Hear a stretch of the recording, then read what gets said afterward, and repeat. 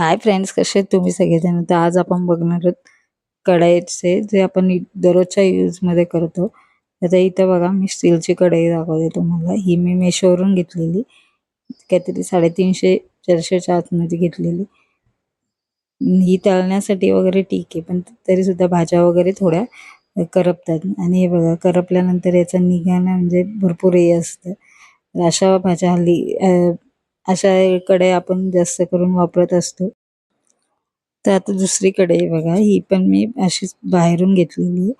हिच्यामध्ये पण मी नाश्ता वगैरे, पोहा वगैरे आपण असं बनवू शकतो किंवा हे पण जास्त जे जास्त फास्ट गॅस झाल्यानंतर ते थोडी करपायला लागते. म्हणजे आता जर आपल्याला भेंड्याची भाजी वगैरे करायची असेल तर लगेच त्या करपायला लागतात. तर तुम्ही जरी हेवी बॉटमच्या घेतल्या तर त्या कमी हे होतात, पण अशा या थोड्या मीडियम याच्या असेल तर थोड्या करपून जातात.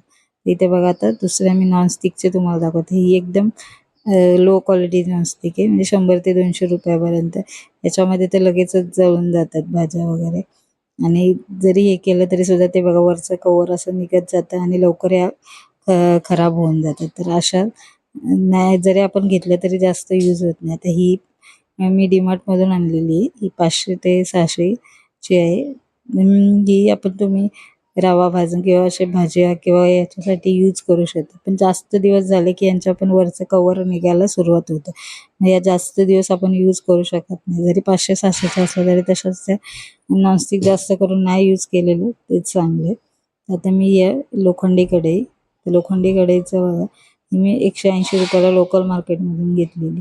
हे आपण किती पण घासू शकता, किती पण त्यांना हे करू शकतो. तरी आपल्याला किती एकदम मस्त अशा हे होऊन जातात त्याच्या भाज्या. फक्त एवढ्या भाज्या केल्यानंतर दुसऱ्या भांड्यात काढा, तर कारण कधी कधी कालपट पडू शकतात. आणि तुम्ही कशाही घासा, कशाही हे करा, आणि त्याचं थोडंसं तेल लावून ठेवलं तर पाहिजे तेवढं, म्हणजे वर्षानुवर्ष आपल्या या कढया मस्तपैकी टिकतात. तर याच्यामध्ये माझ्या 2-3 कढया आहेत, मोठी साईज आहे. जेवढी तुम्हाला छोटी मोठी पाहिजे तेवढी तुम्ही याच्यामध्ये घेऊ शकता. आणि आता 180 रुपयामध्ये आपण आयुष्यभर या वापरू शकतो. तळण्यासाठी वगैरे कोणत्या येतात. तर ही माझी दुसरी, मी प्रत्येक भाजी-बिजीत वगैरे मी करताना किंवा तळताना वगैरे बघितलं असेल, तर ही कढई बिडाची आहे. ही म्हणजे जवळजवळ 15 वर्ष जुनी कढई आहे. त्याच्यामध्ये आम्ही दररोज भाजी, नंतर भजी वगैरे किंवा असं काय करायचं असेल, तर सुक्या भाज्या, ओल्या भाज्या किंवा मटर पनीर वगैरे अशा भाज्या, कोणत्याही भाज्या मी याच्यामध्ये करत असते. मसाला रेडी करायचा असेल तर. कारण ह्या अशा कढया आहेत, त्याच्यामध्ये जरी करपल्या वगैरे तरी सुद्धा त्याचा, कारण त्याचे जीवनसत्व वगैरे चांगले असतात, म्हणून ते आपल्याला पोटासाठी आवश्यक असतात किंवा आरोग्यासाठी त्या उपयुक्त असतात. म्हणून ह्या कढया तुम्ही यूज करू शकता.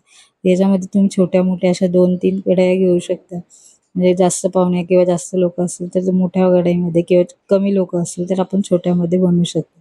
तर बघा, मी म्हणजे उपयुक्त अशा कढया आहेत, ज्या कमी ह्याच्यात आणि कमी पैशात आणि वर्षानुवर्ष आपण यूज करू शकतो. तर जर तुम्हाला खरंच जास्त हेल्दी वगैरे आणि याच्यात जास्त हे करायचं असेल, तर स्टीलच्या वगैरे, नॉनस्टिकच्या वगैरे कढया न घेता अशा लोखंडाच्या आणि बिडाच्या कढया तुम्ही आणू शकता.